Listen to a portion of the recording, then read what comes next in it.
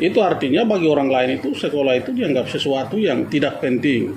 Tapi bagi Bapak pendidikan itu sesuatu yang penting ya. Kalau dulu itu kita cari sekolah itu setengah mati. Ya.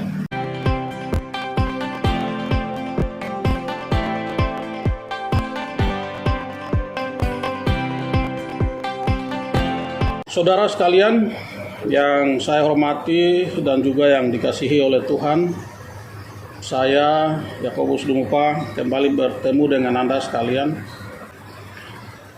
Kita bersyukur karena Tuhan memberi kita kehidupan ini, dan saya selalu sampaikan bahwa kehidupan itu anugerah terbesar yang Tuhan berikan untuk kita semua. Pada kesempatan ini saya harus menginterogasi, ini istilah dalam kepolisian ya,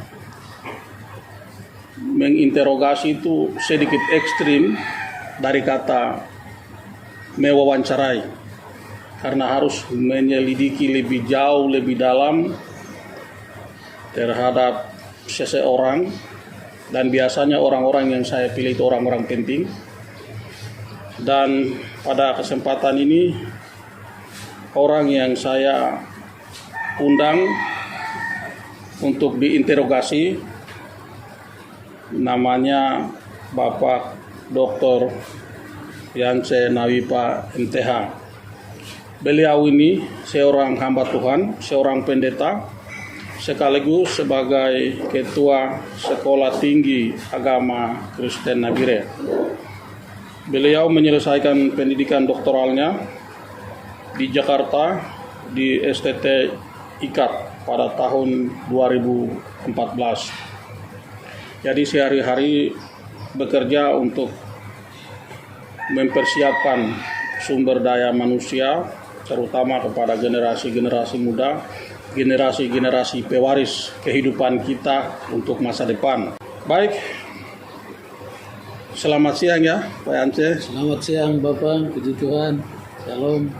Senang sekali kita bisa bertemu ya pada kesempatan ini. Bapak punya nama ini Yance? Nama saya Yance Nawipa. Ada nama adatkah tidak? Nama adatnya ada. Namanya? Kita orang Papua nama adat ada. Saya lahir di kampung jauh, jadi Akauba ada namanya. Jadi dikasih nama Akauba Kilba. Artinya? Itu saya lahir di pinggir satu sungai namanya Taniwo, jadi air panas. Jadi Taniwo Kilba juga kadang orang kasih nama itu. Air panas. Biasanya nama itu mengandung makna ya, mengandung arti. Jadi ada makna. Bapak mengartikan nama Bapak itu sebagai apa? Tadi kan ada namanya Akauba Kilba, itu nama kampung. Kilba itu artinya itu burung nuri yang berteriak bicara itu. Kilba. Ya. Nah, saya itu paham. Ya, paham. Oke. Dari Kalau bersuara, berbicara. baik, kalau nama baptis ya, Ya. Bapak Yance itu nama baptis ya. Ya. Oke. Setelah menyelesaikan pendidikan, tentu saja selain sebagai hamba Tuhan, Bapak ini kemudian terlibat dalam membentuk yayasan ya, Yayasan Al-Member Nabire. Al-Member artinya Allah memberkati. Iya, betul. Oke. Ya. Kemudian yayasan ini mendirikan sekolah, Ya. sekolah Stak Nabire. Saya itu sedikit penasaran ya. Kita punya banyak perguruan tinggi, banyak sekolah, tapi kenapa Bapak juga harus mendirikan sekolah? Iya, betul sekali. Khusus ini umum, tapi saya fokus ke khusus dulu. Khusus pendidikan tinggi keagamaan. Ya, karena ini sekolah tinggi agama. Jadi khusus di Papua ini memang kita ada sekolah tinggi keagamaan.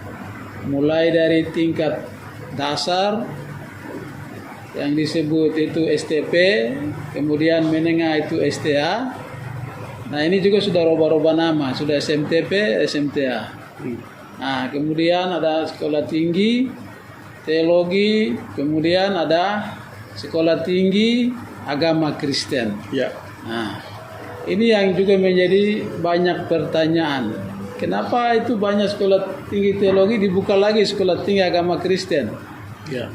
Kurikulum sama, jurusan sama. Nah, ini yang sering dalam gereja juga kita sering debatkan. Ada yang kurang menyetujui, ada yang setuju, dan lain sebagainya. Tapi saya mempunyai alasan tertentu. Ya. Walaupun banyak sekolah Alkitab atau sekolah teologi, mulai dari dasar sampai perguruan tinggi, tapi kenapa juga dibuka lagi sekolah tinggi agama Kristen padahal itu sama? Oke. Tapi alasan yang pertama itu, waktu tahun 80-an ke bawah, itu di mana-mana ada sekolah tanpa izin negara. Oke. Jadi bisa saja nama apapun kita berikan, guru juga dosen, tidak ikuti undang-undang pendidikan nasional maupun pendidikan tinggi. Jadi di mana-mana kita bisa buka. Tetapi mulai dari tahun 2013 itu, sekolah apapun baik negeri maupun swasta harus ada izin negara. Oke. Kebanyakan sekolah kita di masyarakat dan gereja itu izinnya belum ada. Ya. Untuk memenuhi standarisasi pendidikan nasional itu ya, kita harus urus izin pendidikan nasional. Kalau perguruan tinggi ya urus Didikti. Ya. Atau pendidikan Badan Akreditasi Nasional. Dari 2000 memang tadinya saya bekerja sebagai dosen STT Pos Nabire, tapi karena kami bicara dan tidak bisa diberi untuk kesempatan urus izin, setelah kami bicara dengan pihak gereja, maka daripada kita jalan melanggar aturan, lebih baik kita bangun lembaga yang baru yang mengurus izin sendiri, supaya sekolah dari swasta atau gereja juga ada izin negara, begitu. Itu alasan pertama kenapa kita ada yang lain tapi kita buka sekolah tinggi agama Kristen Nabire. Oke. Nah, itu standarisasi itu. Oke. Ya. Begini, Ya. Bapak kan hamba Tuhan toh, pendeta. Banyak orang selalu pikir kalau jadi pendeta hamba Tuhan cukup jadi pelayan Tuhan di gereja misalnya. Ya. Kenapa harus repot-repot mengurus sekolah? Kenapa harus repot-repot harus mendirikan sekolah? Apakah memang pendidikan itu penting? Apakah seorang pendeta harus memikirkan pendidikan? Ya. Bagaimana itu menurut Bapak? Ya, kalau sekolah itu ada sekolah umum, ada sekolah kependetaan. Ya. Iya. Itu yang sekolah Alkitab itu ya sekolah kependetaan. Ya. Sekolah kependetaan itu juga harus ada izin negara tadi. Ya. Ya. Itu sebabnya itu seorang pendeta itu juga dia juga harus punya ijazah negara. Kalau yang dulu-dulu itu ijazah lokal, jadi dapat jasa dari STP, STA sekolah tinggi bisa melayani kemana-mana. Ya. Tapi setelah keluar undang-undang perguruan tinggi, semua sekolah itu izin negara, maka ijazah-ijazah itu pun walaupun kita kerja di lingkungan gereja, ijazah dari pekerja seorang pendeta atau penginjil itu harus ijazah negara juga. Oke. Begitu. Jadi pendidikan itu penting. Jadi pendidikan itu penting. Padahal dulu kami waktu kecil biasanya kalau kami pergi sekolah itu banyak teman-teman kami itu selalu bilang nanti naik tegoda aku begitu. Jadi sekolah itu untuk makan nasi kah begitu. Betul. Itu artinya bagi orang lain itu sekolah itu dianggap sesuatu yang tidak penting. Tapi bagi Bapak pendidikan itu sesuatu yang penting ya. Kalau dulu itu kita cari sekolah itu setengah mati. Ya. Oke. Dulu itu begini, saya mungkin cerita sedikit biar agak panjang. Saya anak pendeta, kemudian anak pendeta dan orang-orang yang gereja lain itu tidak boleh sekolah di milik gereja lain. Misalnya contoh, bapak saya tugas di terpencil. Oke. saya mau masuk di YPPK, larang itu Katolik punya, begitu dulu. Jadi tidak boleh. Setelah itu saya mau masuk di SD Impres, jangan, itu juga Islam punya. Ya begitu. Jadi harus masuk di YPPGI. Nah, sekarang Bapak dirikan sekolah Kristen, berarti orang Katolik, orang Islam atau agama apapun boleh sekolah. Nah, itu yang saya mau bilang. Ini semua aja mengalami proses perubahan. Jadi belajar itu selalu tiap saat berubah konsep pikir kita. Itu belajar. Ini saya mau sampaikan inti belajar itu. Tiap saat, tiap detik, tiap menit itu ada perubahan-perubahan. Jadi belajar itu kita belajar untuk merubah diri dengan konsep-konsep lama.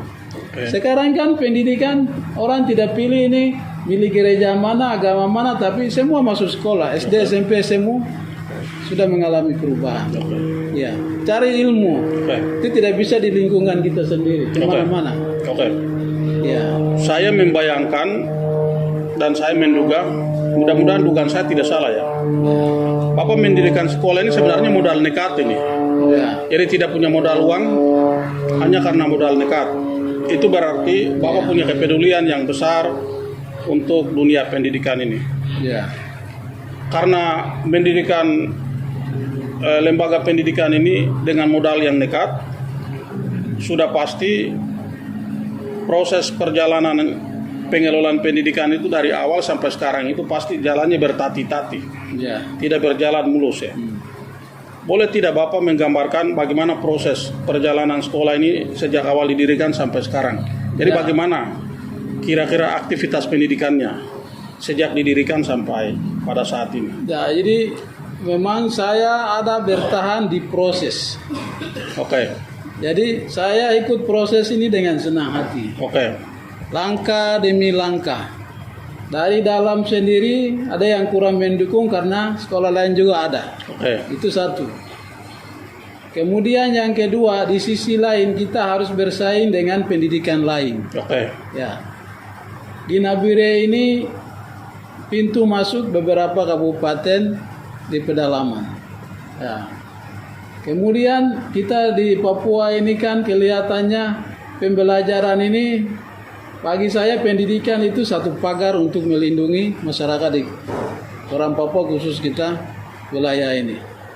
Jadi bagi saya itu pendidikan itu penting, sehingga saya ini mulai dengan ya seperti istilahnya apa itu, nekat, kemauan, dan merindukan sesuatu itu ke depan itu kualitas pekerja di mana saja, apakah di gereja, masyarakat atau pemerintah itu memiliki nilai-nilai kehidupan yang baik dan benar.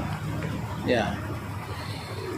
Jadi di kampus ini waktu lalu itu kita dibatasi, yang milik gereja ini punya, yang sekolah itu hanya ini saja. Ini, jadi ada kotak-kotak begitu. Tapi kampus ini kita buka peluang untuk semua gereja, baik dari gereja Protestan, ada juga Katolik, S2 maupun S1, ada banyak sudah lulusan, ada alumni juga sedang belajar ini. Di sini kita belajar itu nilai kehidupan, jadi kita tidak bisa beda-bedakan orang. Siapapun yang belajar kita buka untuk umum.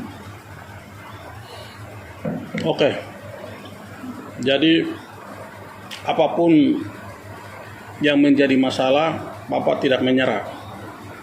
Tapi pasti saja banyak ya kendala ya, hambatan. Tapi lebih tepatnya kita anggap itu sebagai sebuah tantangan ya. Pasti banyak tantangan yang Bapak hadapi selama ini. Menurut Bapak, kira-kira apa saja menjadi tantangan yang harus Bapak lewati?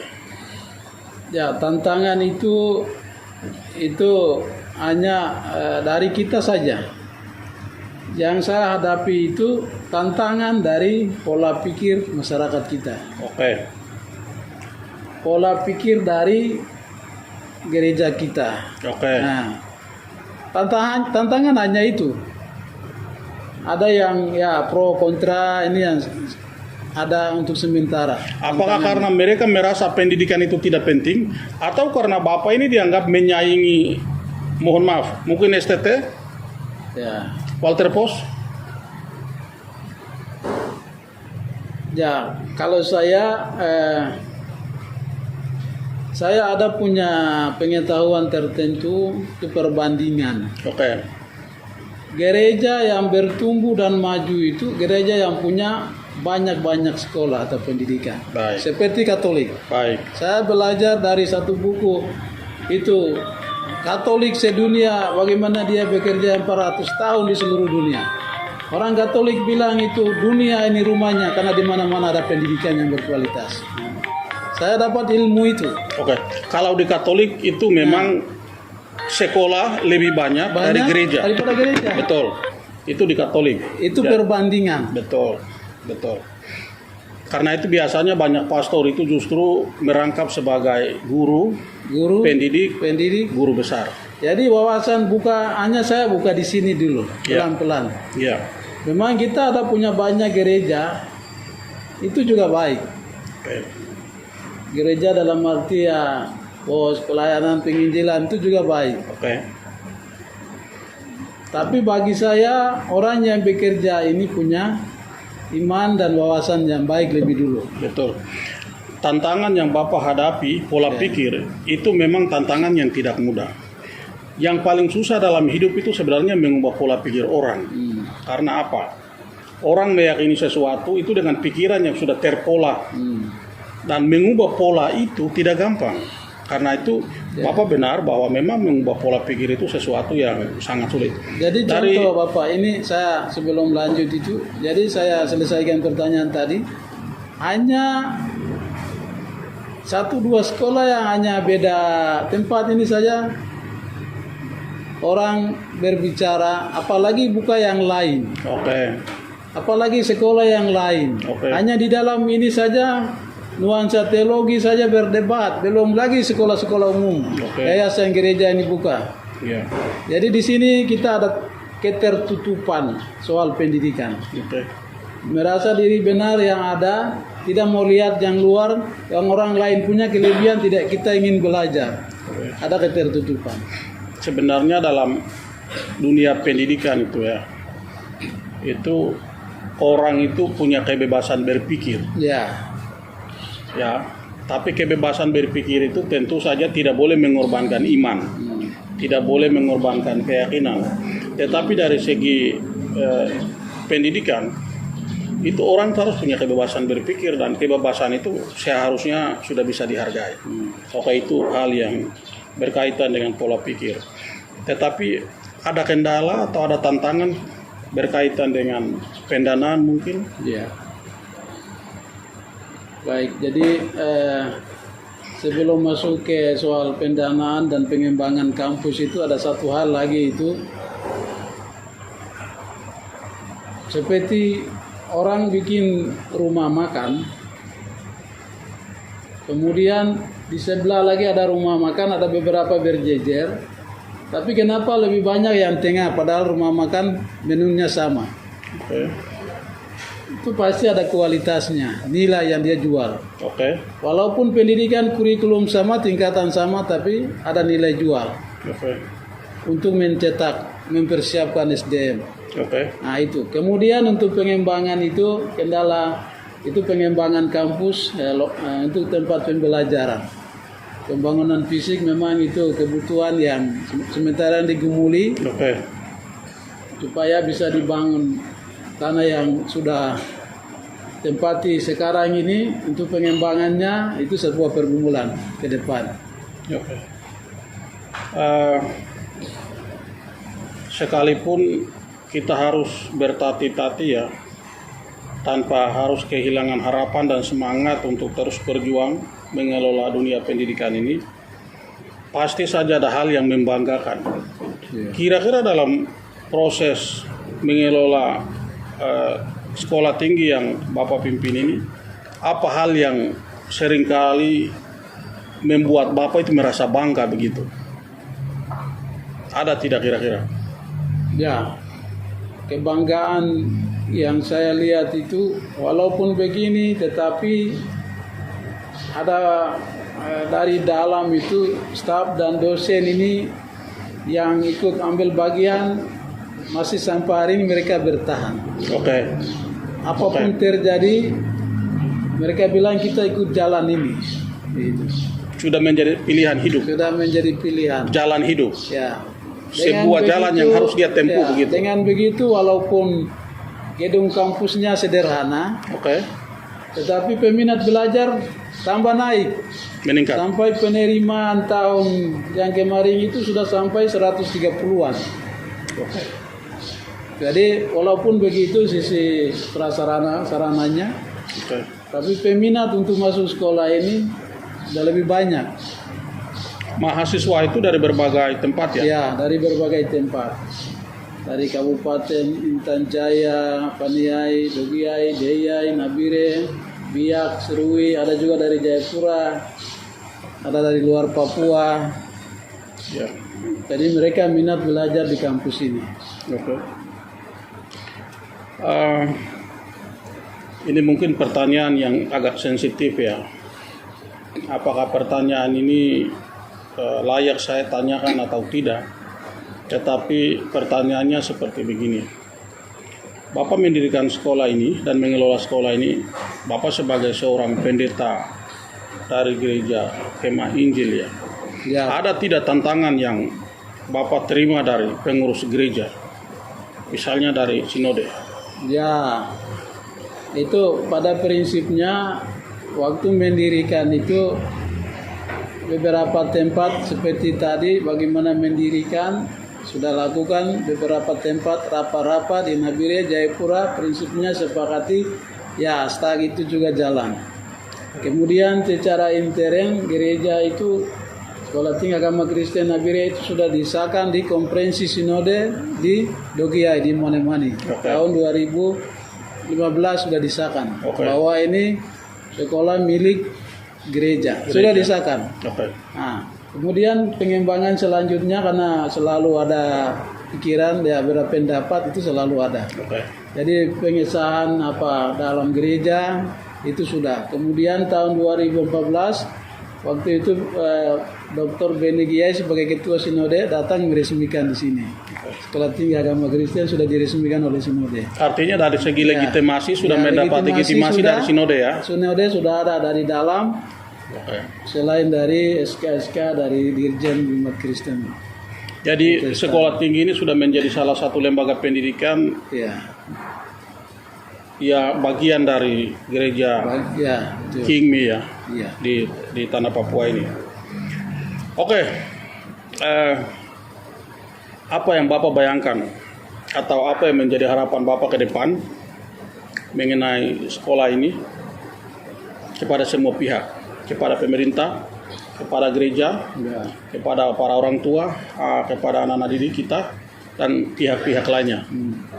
Karena lihat dari peminat yang terlalu banyak, kita tampung, walaupun ruang kuliah tempat duduk tidak ada, kadang-kadang ada yang berdiri baru kuliah. Demi menyelamatkan SDM masa depan itu, saya mengajak teman-teman yang kalau ada beda pendapat di dalam khususnya, mari kita gabung dulu, pikiran kita berubah semua. Kita membangun SDM orang-orang Papua ini. Oke. Kemudian yang kedua itu ya pihak pemerintah juga, ini kan aset Oke. pemerintah daerah. Jadi mereka juga buka mata dan lihat, tidak boleh lihat karena ini karena itu, tapi karena kita membantu pemerintah membangun pengembangan SDM atau pendidikan nasional di bidang keagamaan. Oke. Kemudian saya pikir untuk ke depan ini mari kita sama-sama ya para pemerintah daerah Kabupaten Nabire, Mepago. Ya. Saya juga terima kasih Bapak bisa Bupati Dogiai peduli dengan pengembangan pendidikan. Jadi hari ini bisa ketemu. Ya. Mungkin ke depan kita satukan visi pembangunan SDM di tempat ini. Apa salahnya kalau kita kembangkan dan membuat satu universitas Kristen Teluk Cendrawasih untuk wilayah Mepago. Kita tingkatkan. Kita satu dulu, bangun sama-sama. Oke. Jadi Pemda Paniai sudah bantu Pemda Deyai bantu, Deyai. mungkin Logiai pasti minggu depan akan dibantu. Kami juga berharap kabupaten bupati-bupati lain juga bisa ikut membantu sehingga dunia pendidikan itu menjadi tanggung jawab kita bersama ya. Dan saya juga berharap kepada semua pihak yang lain kita sama-sama bisa membesarkan sekolah ini. Bapak, pertanyaan terakhir. Bapak seorang pendeta yang memilih jalan untuk menjadikan pendidikan sebagai Bapak punya sahabat dalam kehidupan ini. Ya. Ini sudah pilihan terakhir atau masih ada pilihan lain? Atau Bapak bilang, ini sudah jalan saya sampai mati? Iya. Saya dulu latar belakang itu memang SLA itu tamat itu SPG, Sekolah Pendidikan Guru. Kemudian teman lain itu sudah, mereka waktu itu kan kesempatan guru-guru diterima jadi pegawai negeri, jadi memang waktu itu SK itu saya tinggalkan. Oke. Akhirnya pergi di Sekolah Alkitab ST Jeffrey Makassar tahun 80. Jadi belajar sekolah, ambil pendidikan juga, belajar manajemen, belajar teologi, jadi masih terus pendidikan, jadi kembali bangun pendidikan. Ya. Jadi dulunya jadi guru, kemudian kenapa tidak mengajar tapi mengajar? Ada teman saya sudah sampai sekarang sudah berapa tidak golongan. Tidak, Bapak kenapa tidak mau jadi guru waktu itu? Waktu itu saya tidak mau guru, memang tinggalkan itu damai kuliah tapi kembali guru lagi. Ya itu sudah.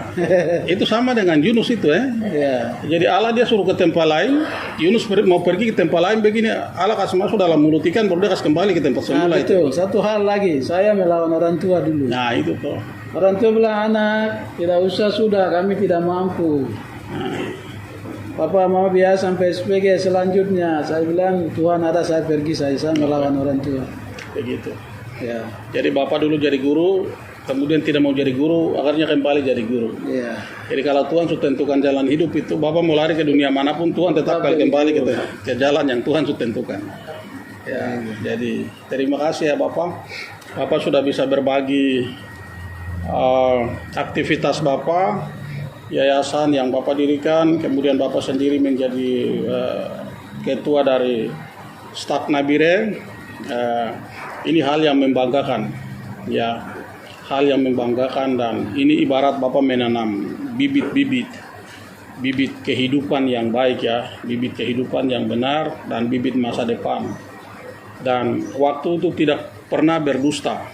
Jadi pada waktunya nanti apa yang Bapak tanam ini pasti kita tuai sama-sama, ya, kita tuai sama-sama, dan biasanya berkat itu datang dalam wujud dan bentuk yang berbeda-beda. Tapi selalu Tuhan sediakan itu. Dan apapun yang kita selalu lakukan dalam hidup ini, kalau kita menjalannya dengan tabah pasti ada hasil. Karena itu sekaligus saya juga mengucapkan terima kasih kepada Bapak sudah mengambil jalan ini, dan itu bagian yang sangat luar biasa. Bapak lanjut saja, yang bisa kami bantu dari pemerintah bisa kami bantu, yang bisa dibantu oleh orang lain akan dibantu. Kemudian apa yang Bapak sudah kerjakan itu nanti Tuhan akan memberi berkat yang melimpah, dan selebihnya dari situ nanti Tuhan yang akan menyempurnakan. Kita sampai di sini, dan Bapak Ibu sekalian, terima kasih sekali.